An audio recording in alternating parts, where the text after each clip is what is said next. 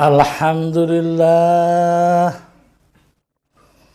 alhamdulillahi hamdan katsiran kama amar, wa ashhadu an la ilaha illallah wahdahu la syarika lah, irghaman liman jahada bihi wa kafar, wa ashhadu anna sayyidina wa nabiyana wa maulana Muhammadan abduhu wa rasuluh sayyidul khalaiki wal bashar.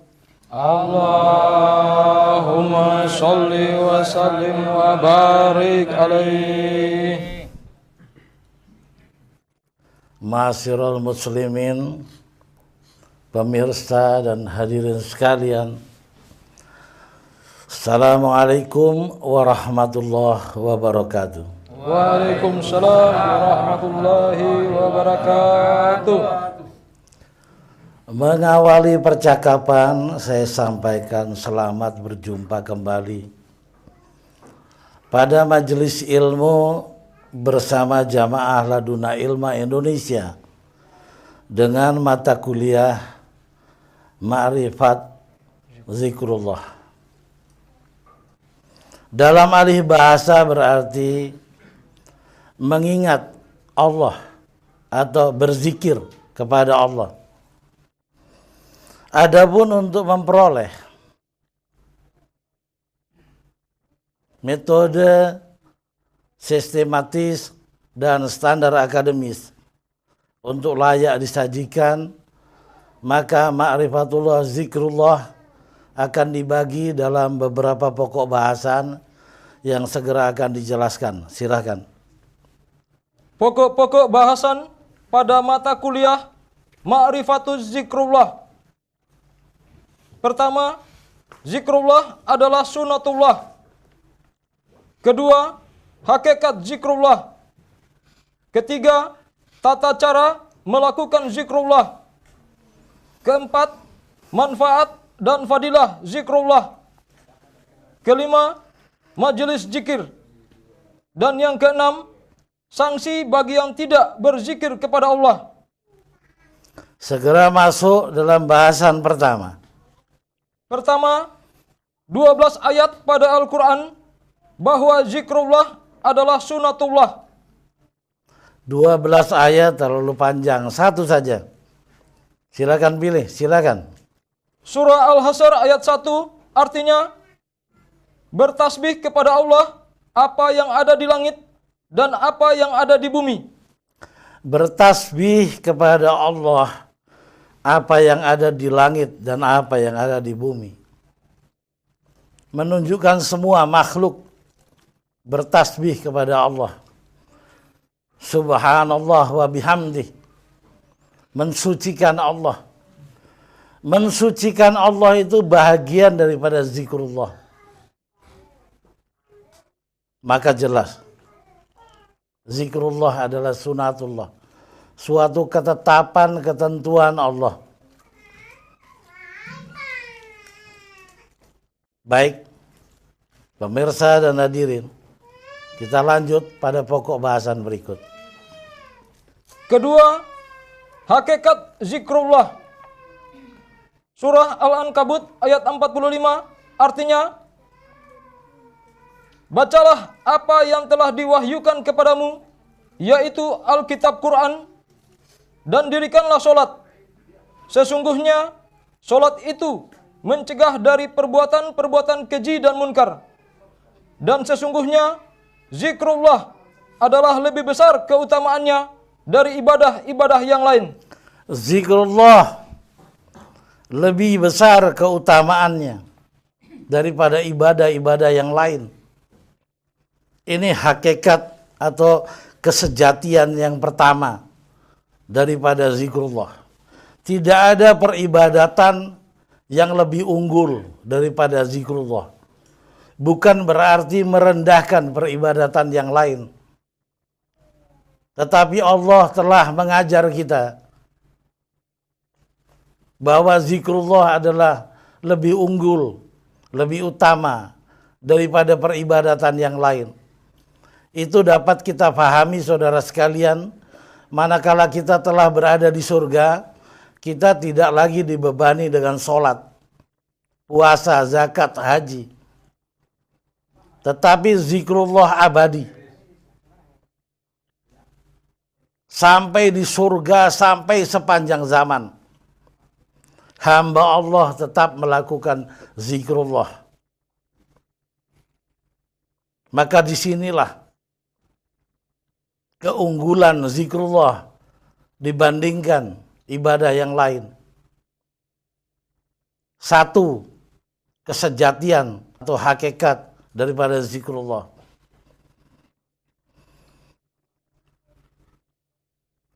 Sejak kita dicipta dan sampai tanpa batas akhir, zikrullah abadi.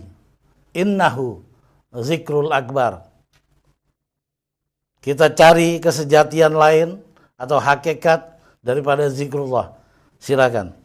Surah Al-Baqarah ayat 152 artinya, karena itu berzikirlah kamu kepadaku, niscaya aku berzikir ingat kepadamu. Zikirlah kepada Allah, ingatlah kepada Allah, dan Allah mengingat engkau. Jadi zikrullah merupakan sarana untuk mendapatkan perhatian Allah. Bagaimana supaya kita diperhatikan Allah? Allah mengajar kita. Ingatlah kepada Allah. Berzikirlah kepada Allah. Allah ingat kepadamu.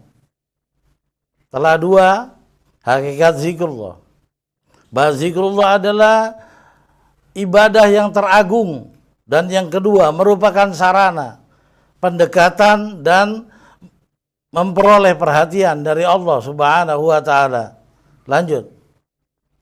Hadis riwayat Dailami dari Aisyah, dikutip dari kitab terjemahan Al-Jami'us Shaghir 5, halaman 162, artinya, barang siapa banyak berzikir kepada Allah, ia dicintai oleh Allah Subhanahu wa ta'ala.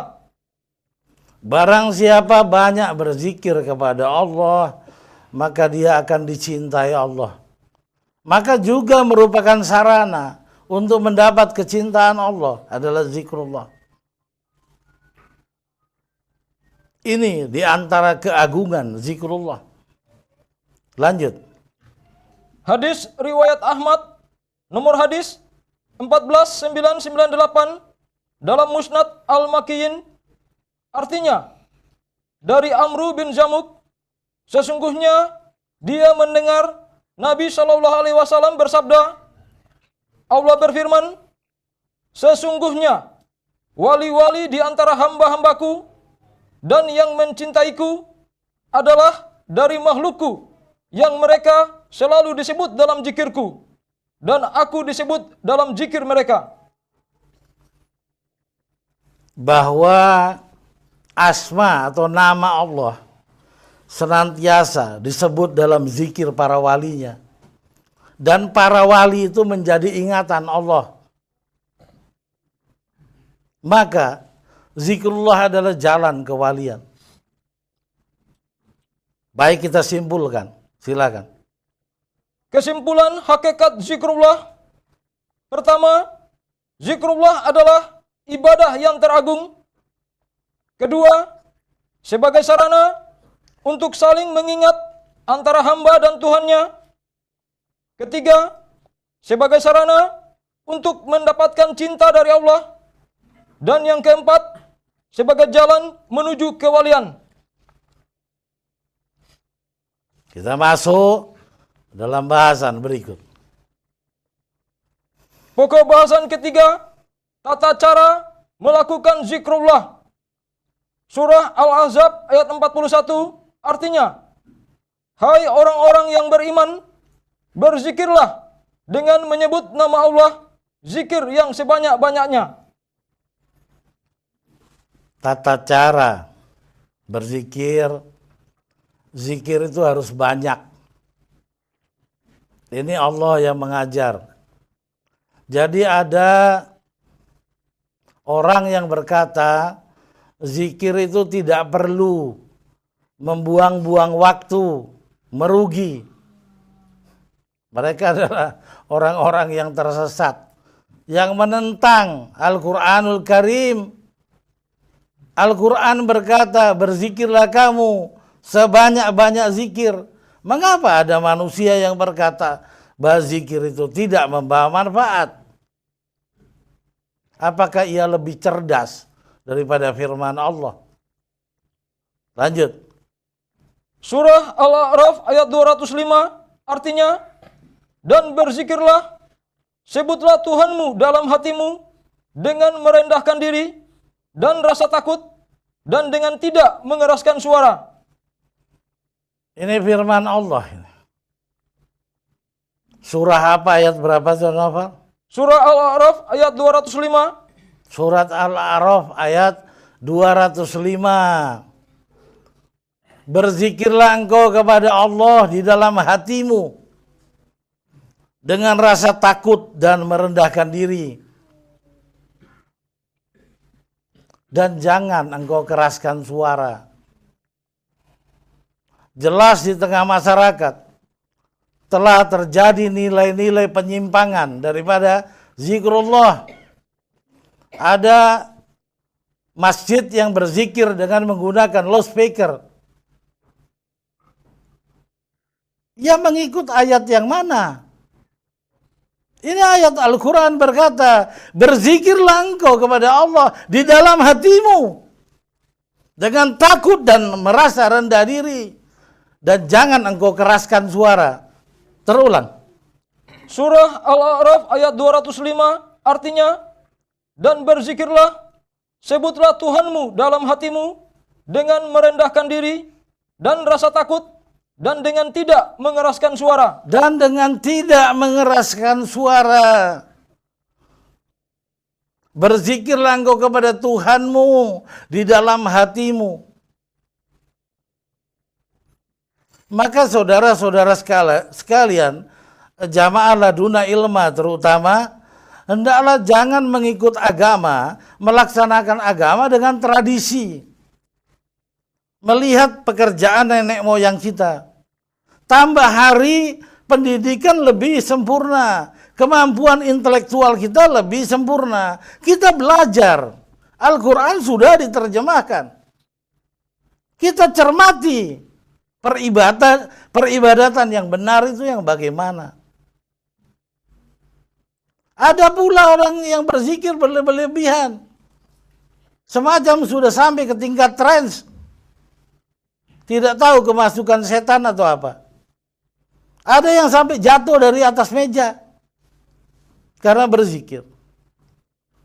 Ada yang berdiri semacam orang tripping begitu. Itu mereka mengikut ajaran yang mana? Kita baca kembali ayatnya. Surah Al-A'raf ayat 205 artinya, dan berzikirlah, sebutlah Tuhanmu dalam hatimu dengan merendahkan diri dan rasa takut dan dengan tidak mengeraskan suara. Jelas. Kita kembali kepada porsi Al-Quran agar ajaran ini dari ke hari tidak bertambah rusak. Telah banyak ajaran Islam yang rusak, menyimpang daripada azas yang sebenarnya, Al-Quranul Karim dan Sunnah Nabi. Kita kembalikan lurus. Berzikirlah engkau di dalam hati, dan jangan engkau keraskan suara. Lanjut. Hadis riwayat Ahmad, nomor hadis 1397 dalam kitab Musnad Al-Ashrah. Artinya, dari Sa'ad bin Malik, dia berkata, Rasulullah bersabda, sebaik-baik zikir adalah yang khafi, rahasia dalam hati. Sebaik-baik zikir, kata Nabi, adalah zikir khafi, suatu damba jiwa. Kerinduan kepada Allah menguasai jiwa ini. Dan berlinang-linang air mata. tanpa kata-kata. Suatu penghayatan yang dalam.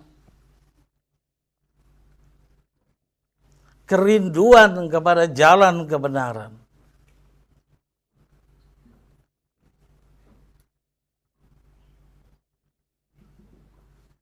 Kerinduan kepada perjumpaan dengan Tuhannya. Tanpa kata-kata. Zikir khafi. Lanjut.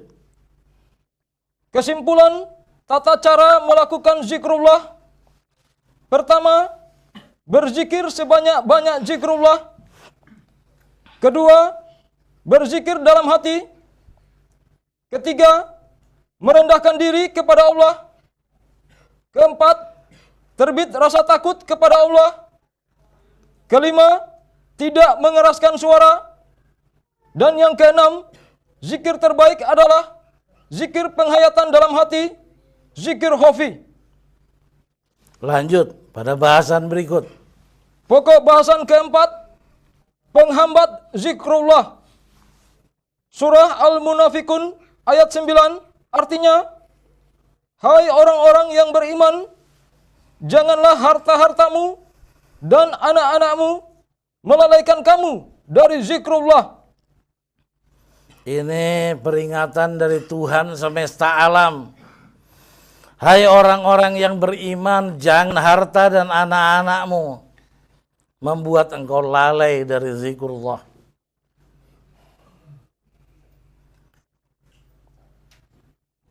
Jadi jelas, urusan dunialah yang membuat manusia lalai daripada mengingat Allah.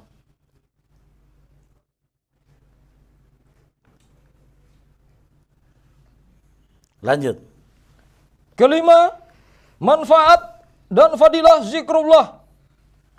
Surah Ar-Ra'd ayat 28 artinya, yaitu orang-orang yang beriman dan hati mereka menjadi tentram dengan zikrullah. Ingatlah, hanya dengan zikrullah hati menjadi tentram. Ingatlah, hanya dengan zikrullah hati menjadi tentram. Saudara-saudara sekalian, dalam era modernisasi ini, banyak orang-orang yang tidak mampu menahan kemajuan zaman. Mereka dilindas oleh depresi mental, stres berat. Dan jujur saja, urusan depresi mental dan stres berat, dokter kalang kabut untuk mengobatinya. Ini formula Islam yang disediakan oleh Allah Ta'ala. Sesungguhnya zikir itu menenangkan jiwa. Mutmainatul qulub. Rohani kita menjadi damai. Baca. Surah Ar-Ra'd ayat 28 artinya, yaitu orang-orang yang beriman dan hati mereka menjadi tentram dengan zikrullah. Ingatlah, hanya dengan zikrullah hati menjadi tentram.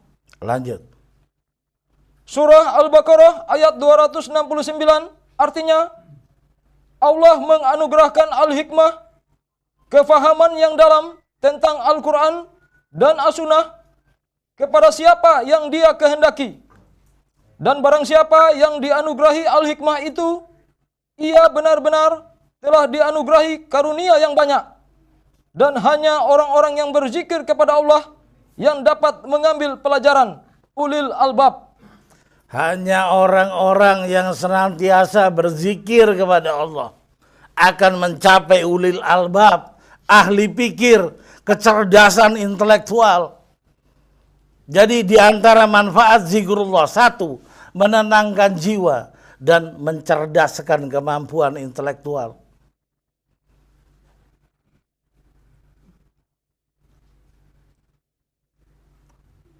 Saudara-saudara sekalian, kita lacak lebih lanjut.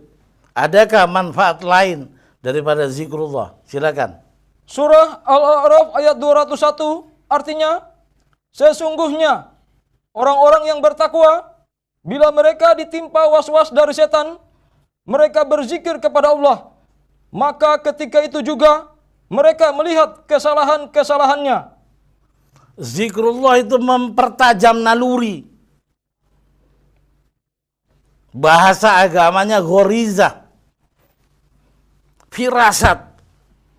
Dia berbuat salah, langsung firasatnya mengetahui, saya telah bersalah.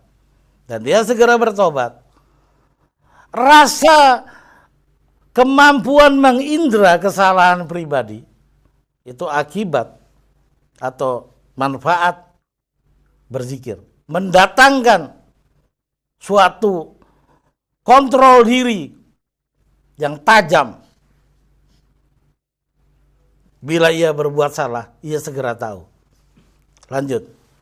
Hadis riwayat Dailami dari Anas, dikutip dari kitab terjemahan Al-Jami'u Sagir 3, halaman 93, dan dikutip dari kitab terjemahan Muhtarul Hadis, halaman 362, artinya, zikrullah adalah penyembuh obat penyakit hati.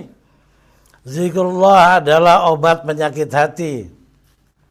Sombong, takabur, ujub, tamak, riya, dengki, pemarah, segala perilaku setan di dalam hati musnah dengan zikrullah.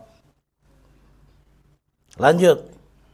Hadis riwayat Ahmad dari Abu Sa'id, dikutip dari kitab terjemahan Al-Jami'u Sagir 2, halaman 215, artinya, engkau harus berzikir kepada Allah Subhanahu wa Ta'ala dan membaca Al-Quran, karena ia adalah ruhmu di langit dan di bumi. Engkau harus banyak membaca Al-Quran dan berzikir kepada Allah, karena ia ruhmu di langit dan di bumi. Kualitas yang dimaksud. Kualitas manusia itu bisa menurun pijarannya, kecemerlangannya, atau tambah cemerlang. Maka zikrullah adalah suatu media yang ditentukan Allah, yang dapat membuat ruh manusia lebih cemerlang. Saudara masuk hutan, berjumpa seekor harimau. Ia tidak melihat pangkat saudara. Harimau itu tidak melihat keturunan saudara. Status saudara di masyarakat tidak diperhatikan. Cahaya rohani saudara yang ia perhatikan. Manakala buram, ia samakan dengan kambing dan saudara diterkam. Manakala cahaya rohani saudara cemerlang oleh zikrullah, maka harimau mundur. Karena ia menyamakan dengan malaikat. Demikian pula saudara dihargai atau direndahkan di langit oleh kecemerlangan ruh saudara, bukan oleh kemampuan intelektual saudara atau pangkat saudara di muka bumi. Cemerlang atau tidaknya ruh saudara ditentukan dengan banyaknya membaca Al-Quran dan ingat kepada Allah, zikrullah. Lanjut. Hadis riwayat Dailami dari Aisyah, dikutip dari kitab terjemahan Al-Jami'u Sagir 5, halaman 162, artinya, barang siapa banyak berzikir kepada Allah, ia dicintai oleh Allah Subhanahu wa Ta'ala. Cukup. Kalau sudah menyangkut kata cinta ini sudah universal. Pencapaian akhir, dicintai Allah, mau apa lagi? Jalannya adalah zikrullah. Simpulkan Saudara Novel. Kesimpulan, manfaat dan fadilah zikrullah. Pertama, hati menjadi tentram. Kedua, zikrullah menambah kecerdasan intelektual atau ulil albab. Ketiga, mendapat petunjuk dari Allah tentang dosanya.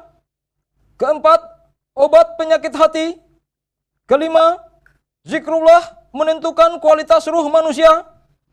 Keenam, mendapat cinta dari Allah.